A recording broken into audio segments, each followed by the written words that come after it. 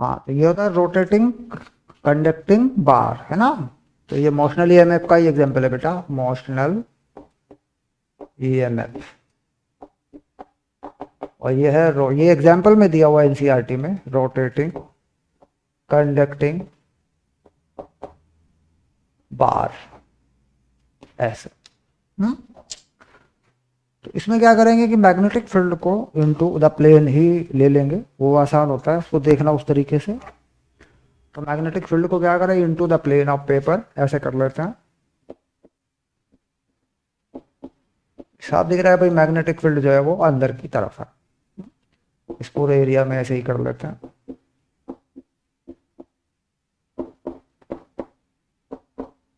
और जो बोर्ड का प्लेन है ना, प्लेन ऑफ पेपर जो है, उसमें कंडक्टिंग बार को रोटेट करवा देते हैं। सेंटर पे उसे हिंज करते हैं, सेंटर पे उसका फिक्स कर देते हैं और उसे रोटेट करवा देते हैं। तो यहाँ पे मान लीजिए हम इसका थोड़ा सा एक सेंटर लेकर के इस पॉइंट पे, और इसको बार को रोटेट करवाएं ऐसे। ये मान लीजिए बार हो गई हमारी।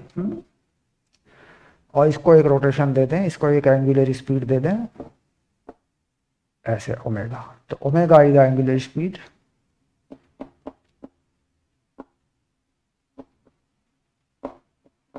तो नोट एट ऑल कि ये ओमेगा कांस्टेंट होगा या वेरी करेगा, जैसा भी ये ओमेगा होगा। यूनिफॉर्म होगा तो यूनिफॉर्म, वेरिएबल होगा तो वेरिएबल, जो भी होगा ओमेगा रखा जाएगा। और ये वैल्यू रखी जाएगी इंस्टेंटेनियस वैल्यू, इंस्टेंटेनियस वैल्यू, यानी ओमेगा का जो भी इंस्टेंटेनियस वैल्यू होगा उसी के अकॉर्डिंग एमएफ डेवलप होता चला जाएगा। बढ़ रहा होगा, घट रहा होगा या कांस्टेंट होगा। जनरली कांस्टेंट देते हैं नॉर्मल लेवल पर तो, बट कॉम्पिटेटिव एग्जाम जैसी चीज़ों में इसको एक्सेलरेट भी कर दिया जाता है, कोई ऐसी बात नहीं है। क्लियर। तो ये इन टाइम टी, अगर थोड़ा सा समय देखें, इन टाइम टी, तो in time interval T the bar swept या मूव्स, ऐसे कर देते हैं बेटा, स्वेप्ट कर देते हैं या मूव्स कर देते हैं या सबटेंड कर लेते हैं, ये सारी चीजें चल जाती हैं। एंगल थीटा, यानी कुछ घूम जाती है, कुछ थोड़ा सा घूम जाती है। ये वाली जो चीज होती है, ये एंगल थीटा घूम जाती है। ठीक। तो यहां से जैसे ये एंगल थीटा घूम के आती है, तो जो मैग्नेटिक फ्लक्स इस कंडक्टिंग बार में से होकर के गुजर जाता है, यानी इसके इलेक्ट्रॉन उसको फेस करते हैं, उसमें ये वाला एरिया जो है ये कट जाता है, ये वाला एरिया। तो area of circular sector, area of circular sector cross by the bar, ये कैसा एरिया होता है, ये होता है 1/2, और इसका जो लेंथ हम लेते हैं रेडियस के बराबर के इक्वल ले लेते हैं, L² थीटा।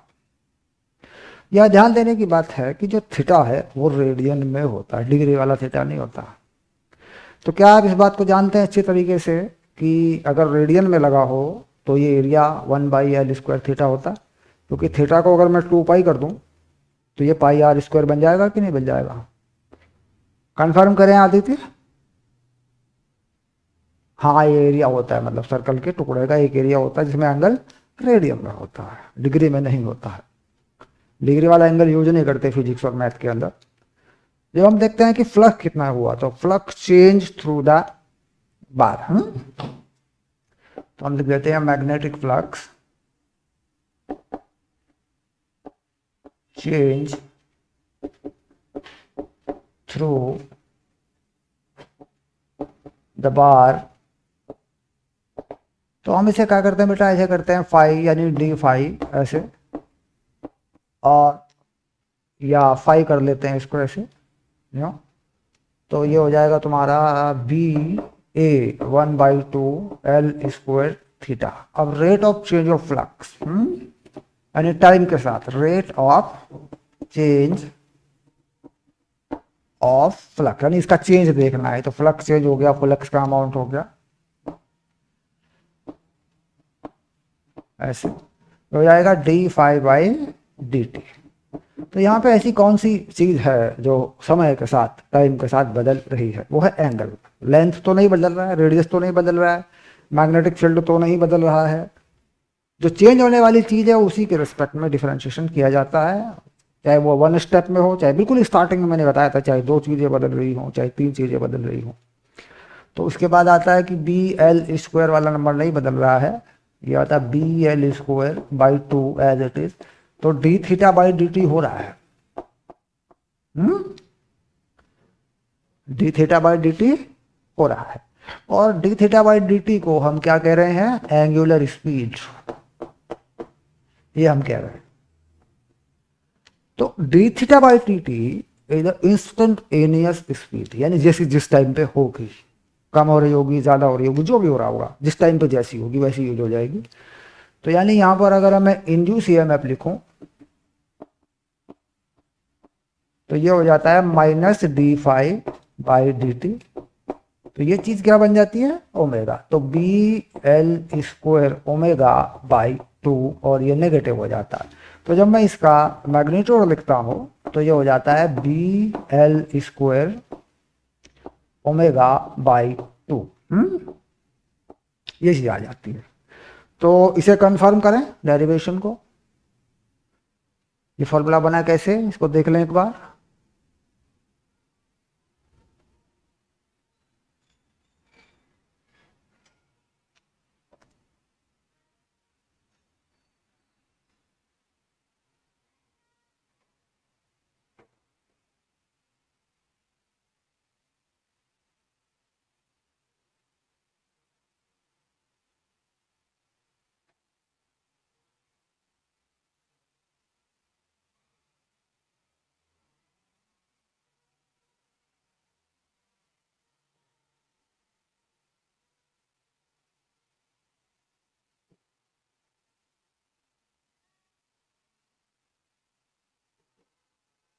और यहाँ पर इसका एग्जाम्पल में ही एक इन्होंने डेरिवेशन बनाया, और उसके साथ में एक क्वेश्चन भी इन्होंने दिया है, और उसको सॉल्व करेंगे। उस एग्जाम्पल को हम यूज कर लेंगे, लगा देंगे, सॉल्व कर देंगे उस एग्जाम्पल को, जो भी एग्जाम्पल होगा वो।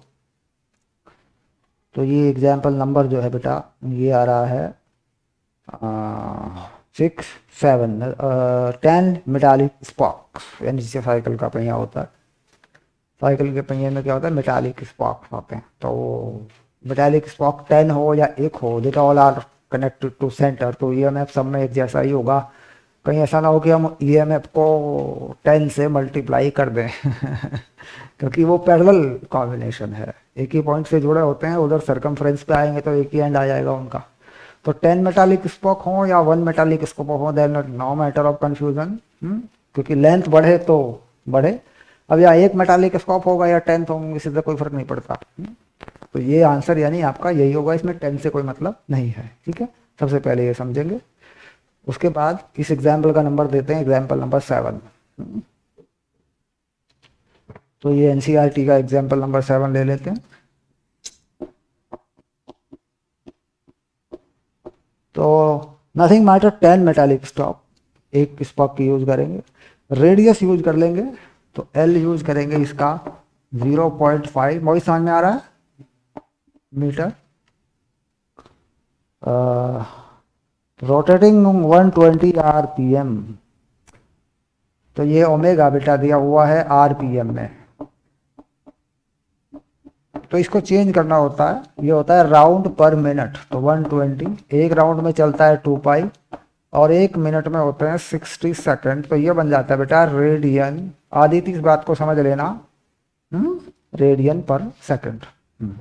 तो ये हो गया 4 पाई रेडियन पर सेकंड में। ये लगती है एंगुलर स्पीड, या एंगुलर फ्रीक्वेंसी भी बोल देते हैं इसको। और एक चीज और ध्यान रखें, कहीं कहीं पे ये हर्ट्ज में होती है, तो 2 पाई न्यू भी इसको लिख दिया जाता है। तो वही जरा ध्यान देंगे, ये न्यू कैसा है? ये हर्ट्ज वाला है, यानी ये है रेवोल्यूशन पर सेकंड। तो उसको बदल के लगाना पड़ता है, रेडियन पर सेकंड में यूज करना पड़ता है। उसके बाद ये कह रहा है कि ये घूम रही है मेटालिक जो है स्पीड इतने the horizontal component of earth magnetic field, यानी जो जिसे ये काट रहा है वर्टिकल प्लेन में घूम रहा है, इसे काटेगा ये इस प्लेस पे, वो गॉस में दिया है।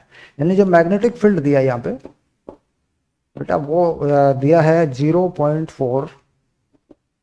और मैंने कहा था कि गॉस जो है ये सीजीएस सिस्टम की यूनिट है, इसको टेस्ला में बनाना होता है तो 10 की पावर -4 लगा करके इसको टेस्ला में बनाया जाता है। हाँ, छोटी यूनिट होती है ये। What the EMF between the axis.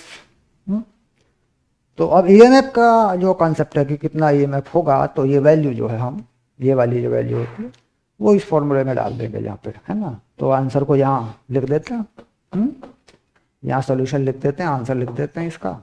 तो ईएमएफ का वैल्यू मांग रहा है तो वो वैल्यू ही निकलता है, प्लस माइनस यूज नहीं करते जनरली यहाँ पे। तो बी जो है हमारा हुआ BL² ओमेगा। तो बी हुआ 0.4 10⁻⁻⁴, ये बी हुआ। L² लेंथ हो गई बेटा, देखो L² है तो ये इसे U 1/2 लिख के कर ले तो बेटर रहता है ना, क्यों मोहित।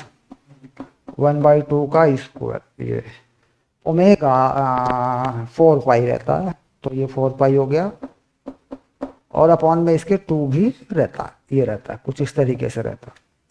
तो ये वैल्यू यहाँ पे 4 × 10⁻⁵ कर लें,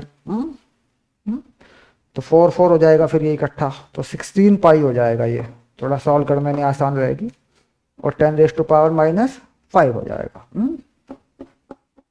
ये देखो ऐसे, क्योंकि एक डेसिमल और खिसक जाएगा इधर को, 4 बन जाएगा इसका।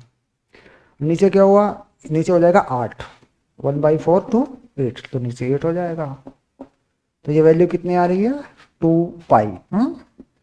तो 2 पाई 10⁻⁻⁵, और ये किस में आ जा रही है, वोल्ट में। तो 2 पाई क्या हुआ, 6.28। क्यों आ दी थी बेटा। हाँ, तो ये क्वेश्चन जो है इस तरीके से है। और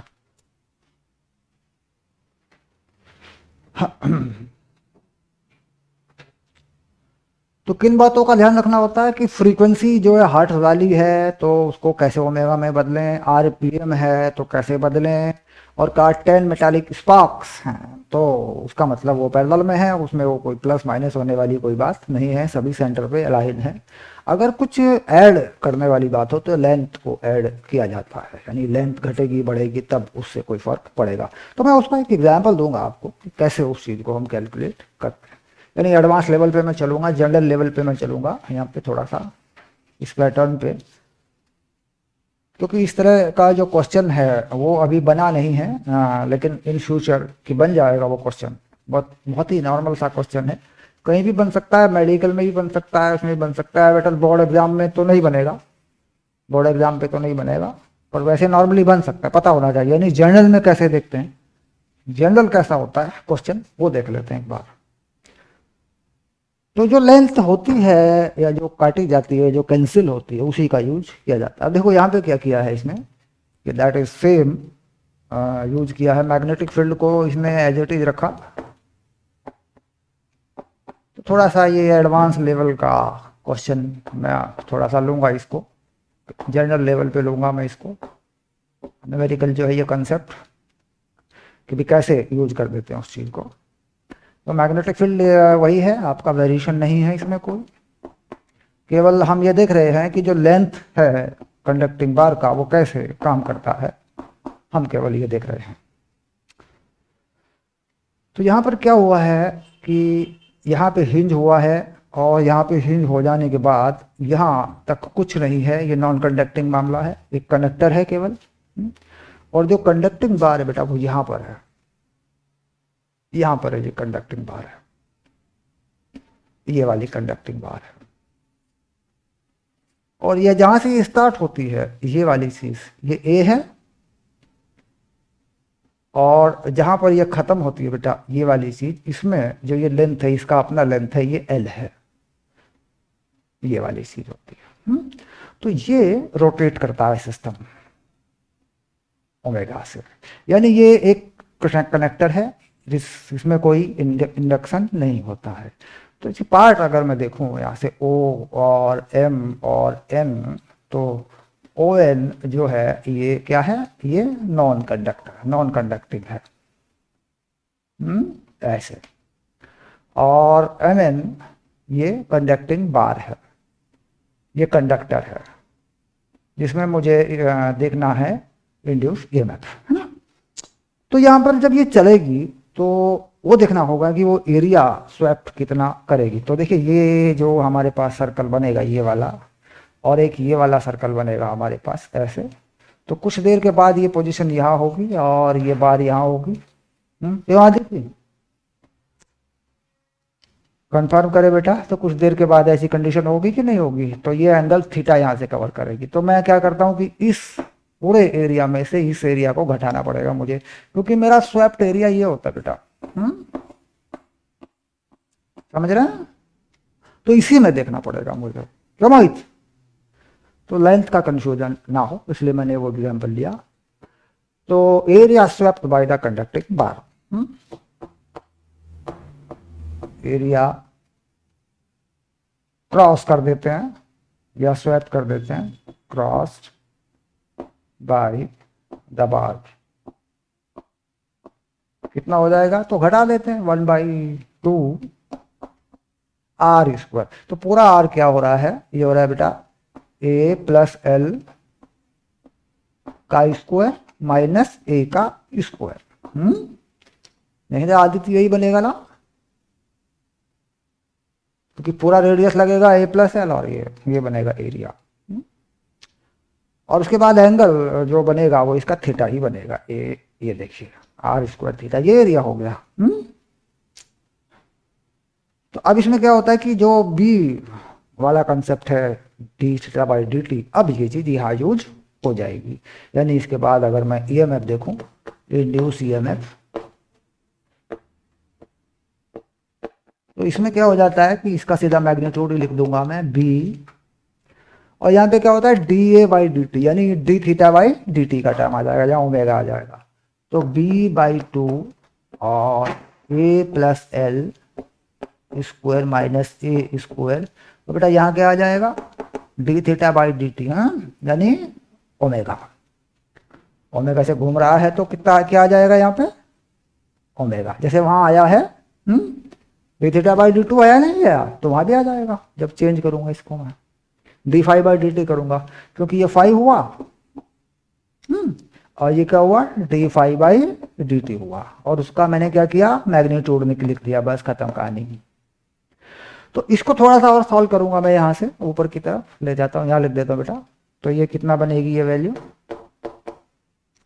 तो इसका स्क्वायर खुलेगा तो ये ए का स्क्वायर कट जाएगा इसमें से। और जरा चेक करें, तो A square plus L square plus 2al minus A square, ऐसे हुआ।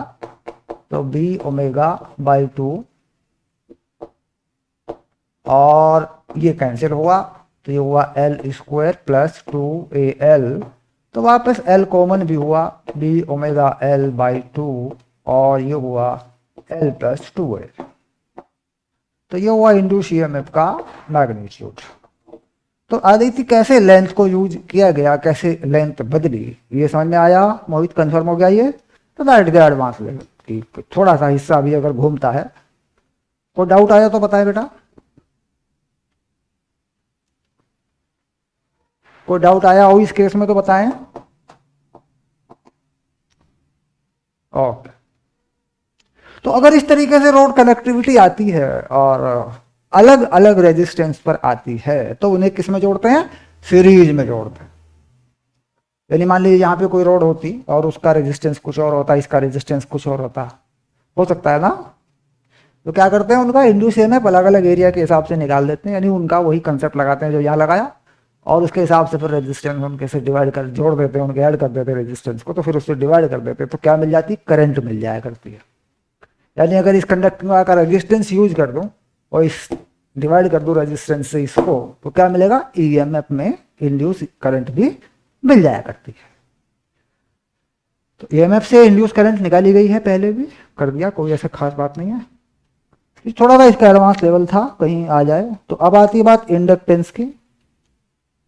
इंडक्टेंस प्रॉपर्टी क्या है आपकी? इंडक्टेंस की जो प्रॉपर्टी है वो एक प्रॉपर्टी है, फिजिकल प्रॉपर्टी है बेटा, मैंने बताया था आपको।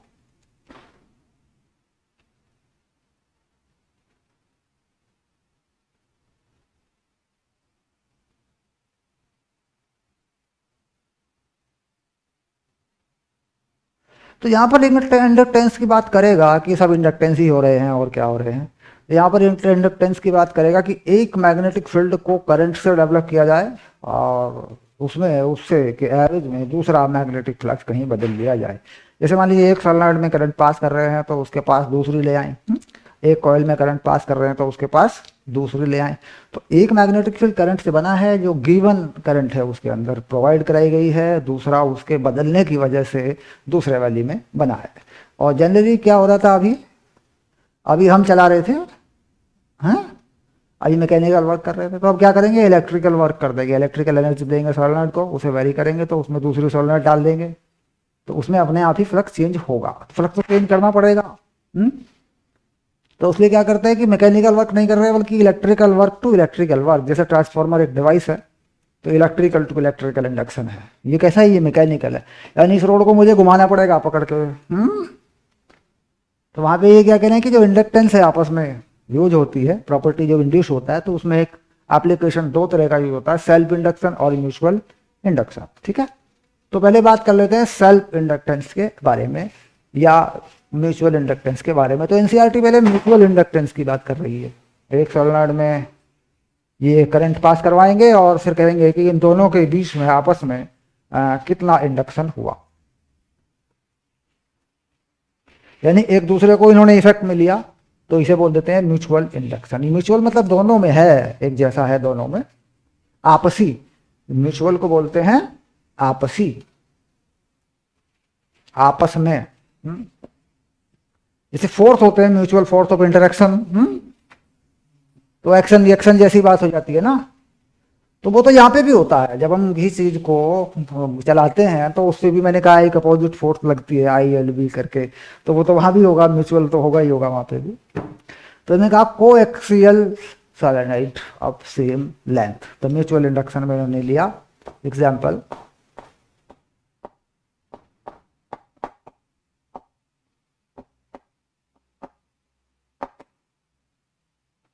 को एक्सियल सोलेनॉइड।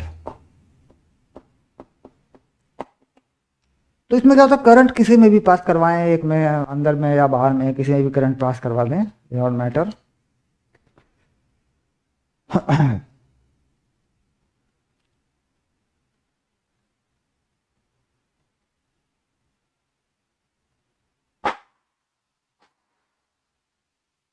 और यहाँ पे ये हुआ है कि जो N1 है उसको जो है इन्होंने करंट बाहर वाले में पास करवाई, अंदर अंदर वाले में करवाया या बाहर वाले में करवाया, उससे फर्क नहीं पड़ता, कुछ भी उससे कोई देना देना नहीं है, क्योंकि वो म्यूचुअल है तो दोनों में जगह रहता है। तो इसे बना लेते हैं एक्सेस, यानी जिसपे हम सोलेनॉइड को ड्रॉ करेंगे। तो सबसे पहले हम क्या करते हैं, एक छोटी अंदर वाली सोलेनॉइड ड्रॉ कर देते हैं, ऐसे यूं कर देते हैं इसको, ऐसे। और इसका डाटा हम बताते हैं क्या है इसका डाटा। इसमें turn number of turns,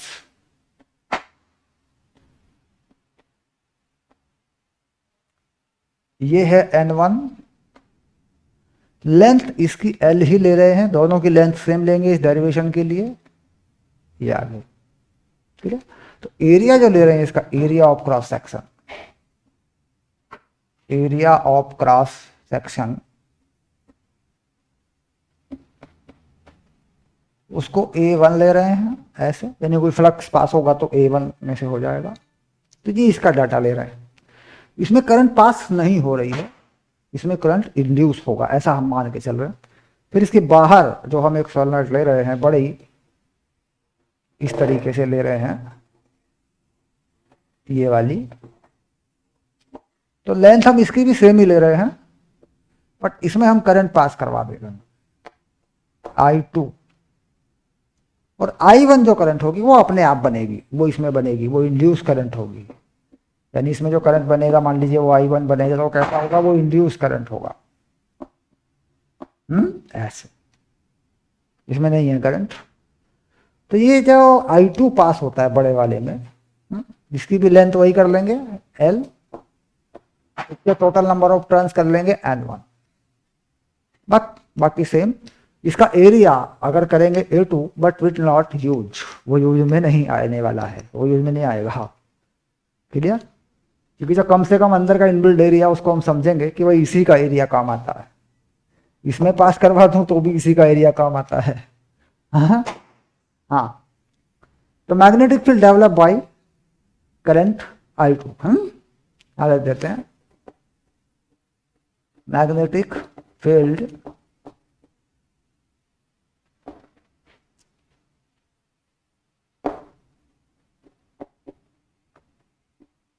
develop by I2। यानी I2 किसमें है, जो ऊपर वाली सॉलिड है, बड़ी सॉलिड है, तो ये होता है mu naught N1 upon L1 और बेटा I2, ये होता है magnetic field. Mu naught Ni, number of turns per unit length होता है, मोहित याद आ रहा? ये होता है। और इसके बाद ये magnetic field pass through the inner solenoid, तो this magnetic field passes through inner solenoid। उसमें क्या होता है कि अंदर वाले सोलेनॉइड का सम्राट, यानी पास अंदर वाली में से होगा तो एरिया अंदर वाली का लगेगा। हाँ, अच्छा, पक्का, sure. So the flux passing through it, जो स्मॉल वाली है उसमें से कितना होगा, तो ये फ्लक्स कर देते हैं, फ्लक्स तो लिख देते हैं उसको, ठीक है, अंदर वाली में तो ये B लगा देते हैं, उसका A लगा देते हैं, और उसके नंबर ऑफ टर्न्स लगा देते हैं, क्योंकि एक टर्न में होता है एक एरिया और बार बार घूमता है तो नंबर ऑफ टर्न। मैंने बताया NBA है ना, को याद आ रहा है बेटा? आदित्य याद आ रहा है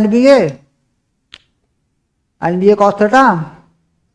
तो इसमें टर्न कितने लिए गए हैं? हाँ, N1, इसमें टर्न कितने लिए गए हैं? N1, और इसका एरिया क्या बेटा? A1, ठीक है, NA। और B यहां से पास आ रहा है, ये B आ रहा है, ये आ रहा है B2, ये B2 है ऊपर वाली का, जो ऊपर वाली ने डेवलप किया हुआ है अपने एक्सिस पे।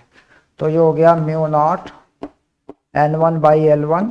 तो L1 तो L है, दोनों की लेंथ क्या है? सेम है, यानी L1 equal to L2 equals to L use किया गया है यहाँ डेरिवेशन के अंदर।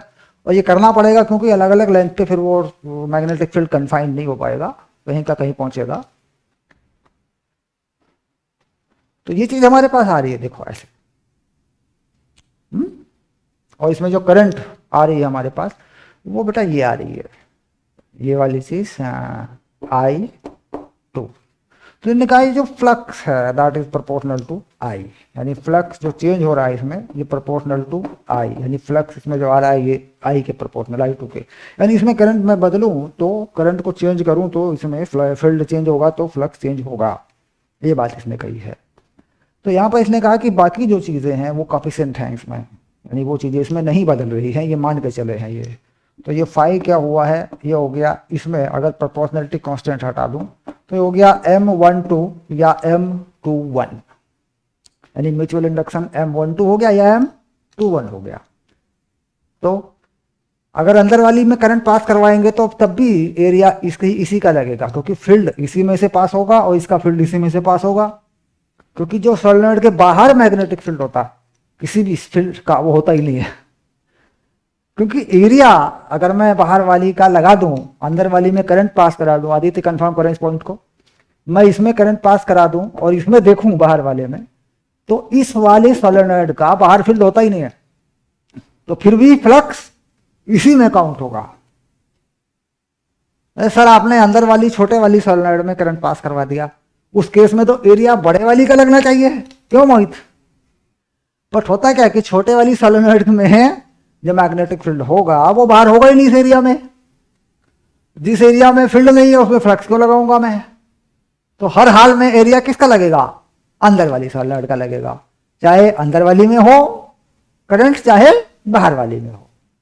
क्लियर? ये बात समझ में आ रही है? इसको समझना बहुत जरूरी है आदित्य।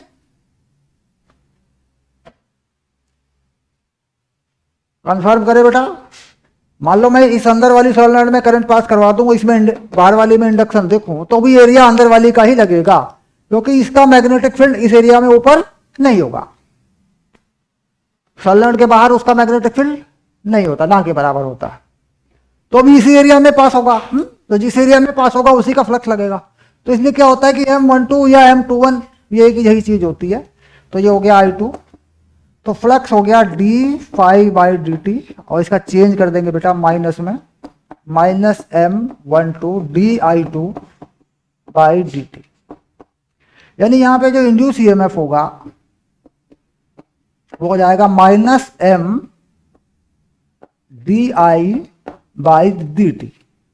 ये इसका फॉर्मूला बन जाएगा, और ये कंफर्म हो जाएगा कि M12 = M21। ठीक, क्योंकि एरिया का ही फैक्टर है, वो इनर सॉलिड का ही लगेगा।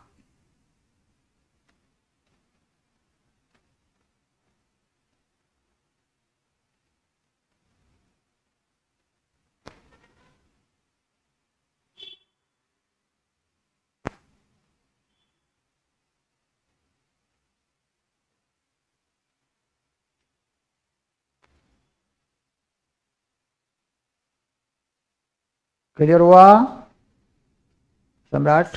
फाइनल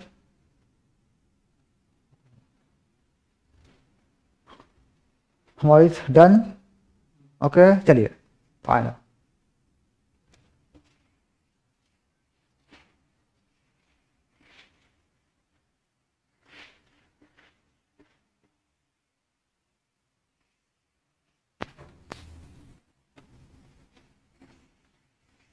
तो अब आता है सेल्फ इंडक्शन, यानी अपने आप में ही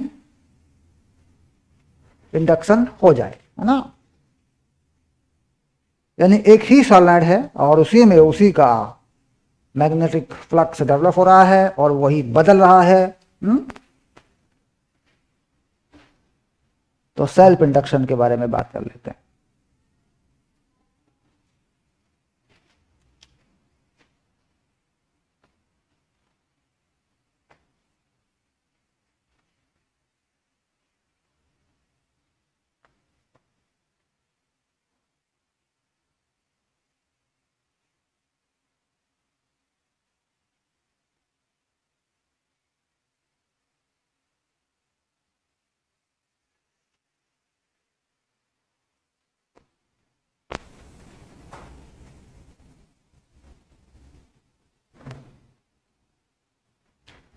हाँ, तो बात आ गई सेल्फ इंडक्शन।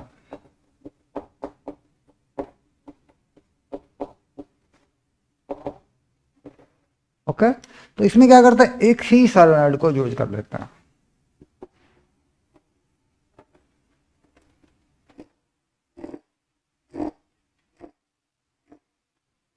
ऐसे, तो इसमें कोई करंट पास करवा देते हैं आई, और इसका जो लेंथ है उसे L यूज कर लेते हैं, और जो टोटल नंबर ऑफ टर्न्स हैं वो इसमें N सपोज कर लेते हैं,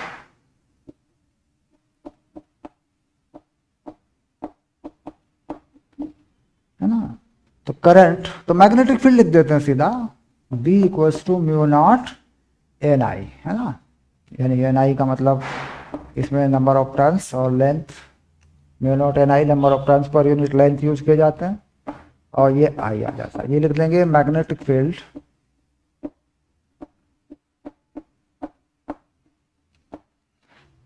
थ्रू द solenoid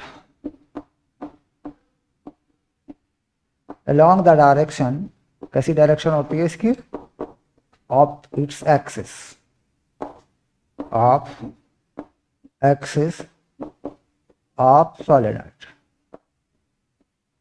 तो यानी अगर थोड़ी देर के लिए करंट इधर से क्लॉकवाइज मार लूँ तो इधर को ये क्या बनता है, मैग्नेटिक फील्ड बन जाता है।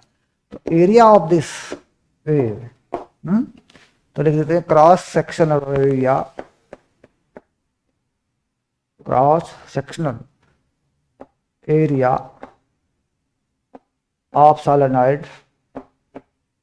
इसको ए मान लेते बेटा, ये कई बार पाई आर स्क्वायर भी यूज हो जाया करता है, ध्यान रखेंगे। रेडियस गिवन हो जाता है कई बार, तो पाई आर स्क्वायर की वैल्यू भी निकालनी पड़ जाती है। कई बार एरिया ही गिवन होता है, तो कई बार यूनिट चेंज हो जाती है, मिलीमीटर सेंटीमीटर वगैरह तो मीटर में यूज करते हैं। तो flux passing through the solenoid per turn, flux passing through the solenoid per turn due to its on magnetic field. Mohit बात समझ में आ रही है? इसका खुद का ही हो रहा है ये सब। तो पर टर्न का देखा जा रहा है बेटा, तो इसे क्या कर देते हैं, पर टर्न वाले को बी ए ऐसे। तो बी कितना हुआ, mu naught N by L I A. तो total flux of N turns यानी एन बी ए बनेगा टोटल फ्लक्स थ्रू सोलेनॉइड। ये हो गया फ्लक्स और ये हो गया एन बी ए, यानी एक एन और आ गया, mu naught N A by L, और ये आ गया आई। तो यानी ये फ्लक्स हो गया mu naught N square A by L आई। तो यही हो गया कि फाई जो है प्रोपोर्शनल टू आई हुआ। और ये जो चीज होती है इसे हम कहते हैं ये कांस्टेंट है, अभी कोफिशिएंट बनेगा, तो इसे कह देते हैं कोफिशिएंट ऑफ सेल्फ इंडक्शन, यानी phi equals to L I. L is coefficient of, जैसे पहले हुआ था M, coefficient of mutual induction हो जाता है वहां पे भी, शायद मैंने ना लिखा हो, कोफिशिएंट ऑफ सेल्फ इंडक्शन।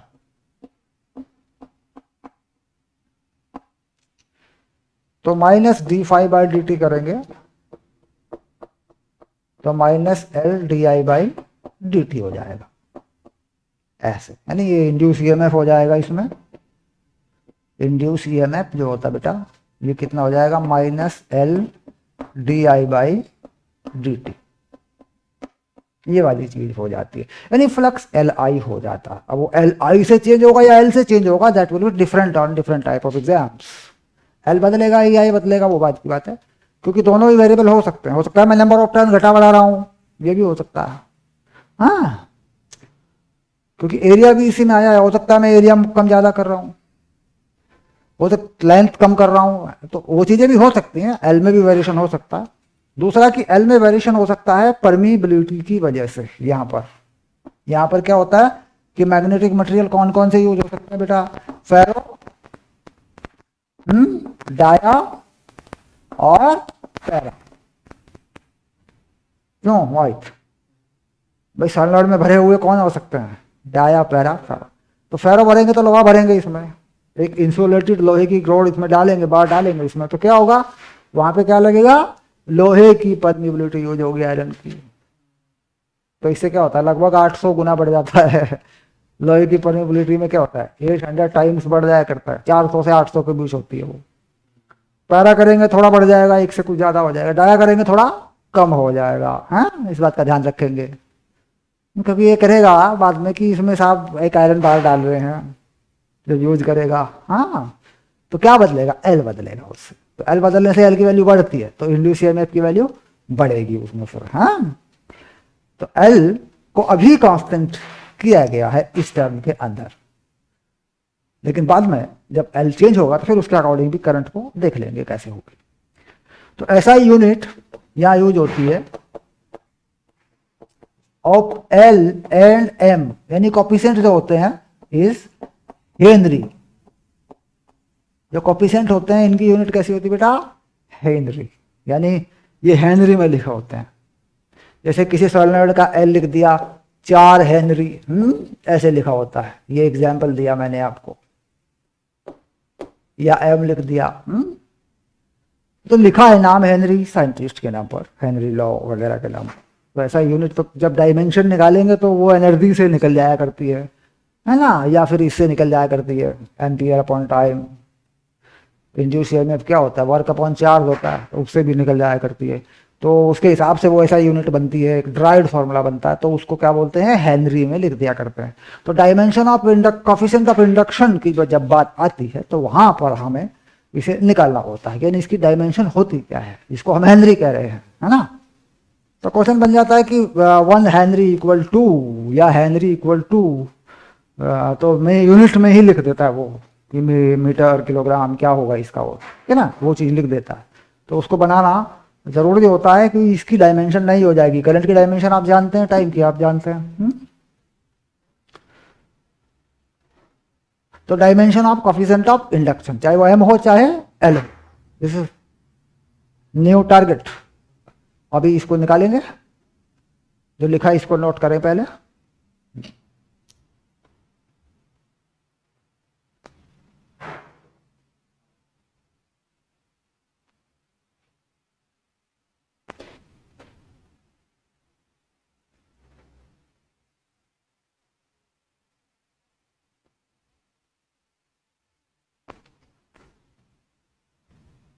शाबाश।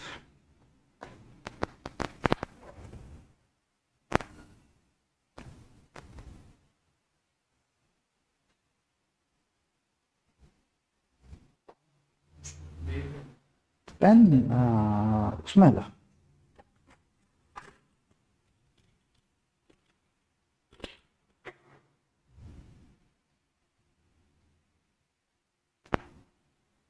हाँ, तो अब करते हैं dimensional formula of coefficient of induction.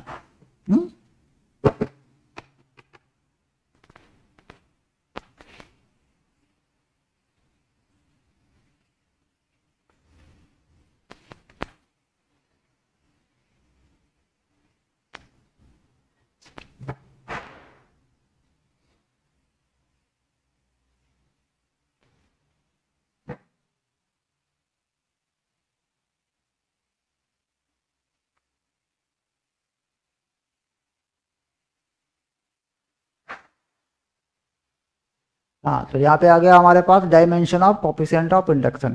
तो हम लिख देते हैं डायमेंशन ऑफ एल और एम, ऐसे इसी से लिखी जा सकती है बेटा। का माइनस हटा देते हैं तो ये ईएमएफ हो जाता है। तो ये जो ईएमएफ होता है ये वोल्ट में होता है, तो ये इसे क्या कहते हैं, वर्क अपॉन चार्ज के हिसाब से डायमेंशन आ जाती है इसकी। और एल ऐसे ही छोड़ देते हैं। करंट में चेंज यानी ये एम्पियर में आ जाता है, और टाइम में चेंज ये टी यानी सेकंड में आ जाता है। क्यों मोहित? तो वर्क की डायमेंशन क्या होती है, तो फोर्स इंटू डिस्प्लेसमेंट यानी M L square T minus two, ऐसी वर्क की होती है। फोर्स इंटू डिस्प्लेसमेंट में आ जाता है। फोर्स होता है M L T minus two, mass into acceleration, और ये चार्ज हो जाता तुम्हारा, तो ये एम्पियर इंटू टाइम हो जाता है। क्यों मोहित? तो ये एल हो गया, ये ए हो गया, और ये टी हो गया तुम्हारा। तो एक टी यहां से हट जाता है बेटा, ये वाला, ये देखो ये टी हट रहा है यहां से, तो ए नीचे आ जाता है। तो M L square T minus two और A minus two, that is L, या फिर एम। ये रहा। कंफर्म करें डायमेंशन को, डायमेंशन को कंफर्म करें। Dimension of coefficient of induction,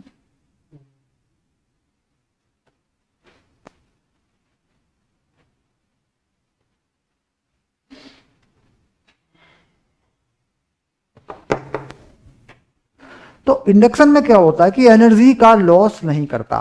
induction क्या करता है, एनर्जी का लॉस नहीं करता, उसको स्टोर करता है। इंडक्टर क्या करता है, एनर्जी को स्टोर करता है। कैपेसिटर की तरह एनर्जी स्टोरिंग डिवाइस है। रेजिस्टेंस क्या करता है, एनर्जी का लॉस करता है। रेजिस्टेंस एनर्जी को हीट में या किसी में बदल देता है। ये क्या करता है, एनर्जी को स्टोर करता है, और इस एनर्जी को यूज कर सकते हैं इलेक्ट्रोमैग्नेटिक वेव की फॉर्म में आगे। यानी इसमें कहा जाता है भाई स्टोर होगा, तो स्टोर होने वाली एनर्जी को फिर किस में यूज कर लेते हैं, एंटेना वगैरह में या ऐसी डिवाइसेज में जहाँ इलेक्ट्रोमैग्नेटिक इंडक्शन की जरूरत पड़ती है, इलेक्ट्रोमैग्नेटिक वेव की जरूरत पड़ती है, तो कोयल बोल देते हैं या सोलेनोइड बोल देते हैं। स्पीकर के अंदर आवाज़ जहाँ लगी होती है वहाँ लगा देते हैं, है ना। तो जहाँ जहाँ इस तरह की एनर्जी की जरूरत पड़ती है वहाँ एक इंडक्टर की का यूज किया जाता है। तो अब लिखते हैं एनर्जी स्टोर्ड इन इंडक्शन।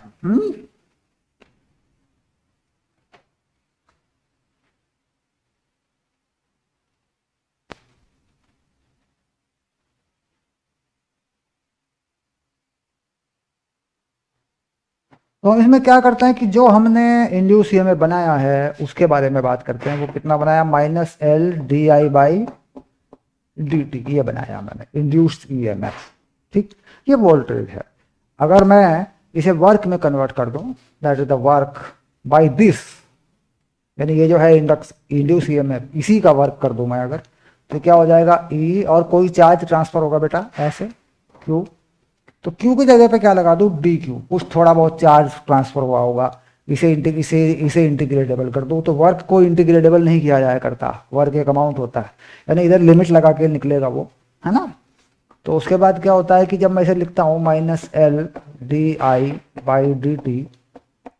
और dQ को लिखता हूँ बेटा I/dt, तो dt को हटा देता हूँ, तो ये वर्क क्या बन जाता है, ये एनर्जी स्टोर बन जाता है। और इसका निशान कैसा हो जाता है, ये माइनस लगा के चलता है ऐसे।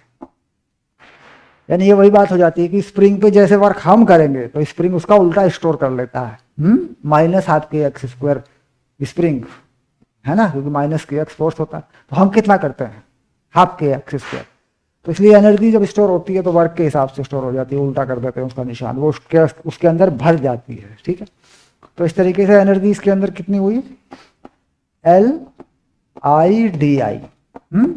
और ये 0 से I तक करंट जाएगा, ऐसे कर लेते हैं, या I1 I2 भी हो जाता है कई बार।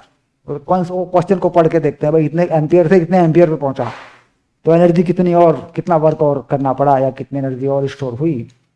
तो ये U जो का जो बेसिक फॉर्मूला बनता है वो I/di करें तो Li²/2 बन जाता है बेटा। क्योंकि I 0 से I का इंटीग्रेशन आप जानते हैं। बट व्हेन करंट चेंज, जैसे मैं कोई एग्जांपल लिख दूं, यहां पर एक सिंपल सा एग्जांपल लिख दूं,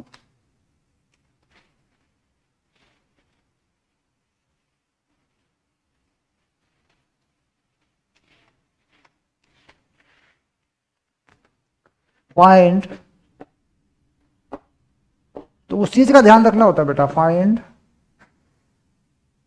एक्स्ट्रा वर्क, या वर्क लिख दें बेटा, एक्स्ट्रा ना भी लिखें, फाइंड वर्क डन या required to increase the current from 2 ampere to 5 ampere in a inductor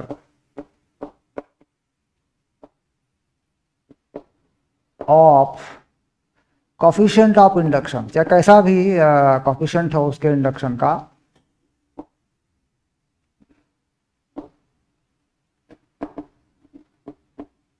तो सेल्फ इंडक्शन ही लिख दें अगर कोई दिक्कत नहीं है, L = 5 हेनरी, है ना। ये सवाल पूछा इसमें, तो उसमें कंफ्यूजन ना हो इसलिए। तो यहाँ पे कितनी एनर्जी होती है, तो लिमिट लगा के करते हैं क्योंकि इंटीग्रेशन है देखो 0 से।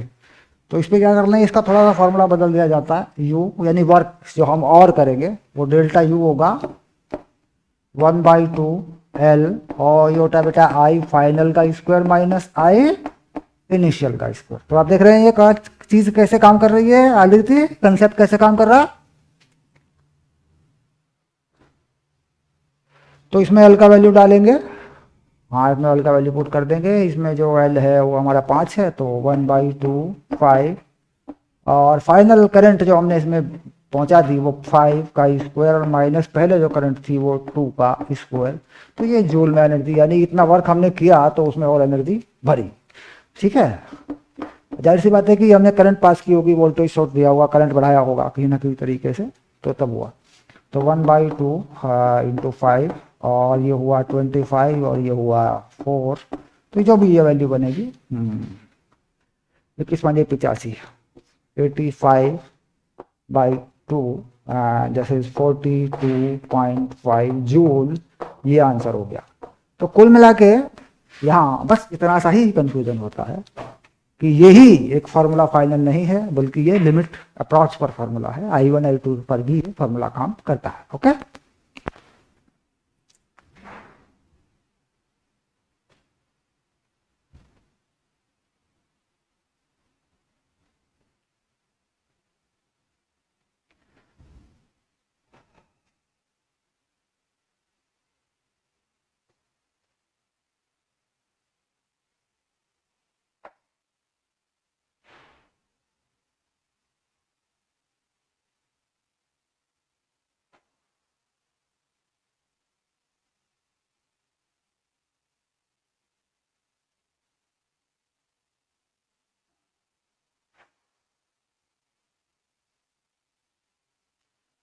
तो चैप्टर पढ़ा है बेटा, 2 क्लास और ले जाएगा अभी ये।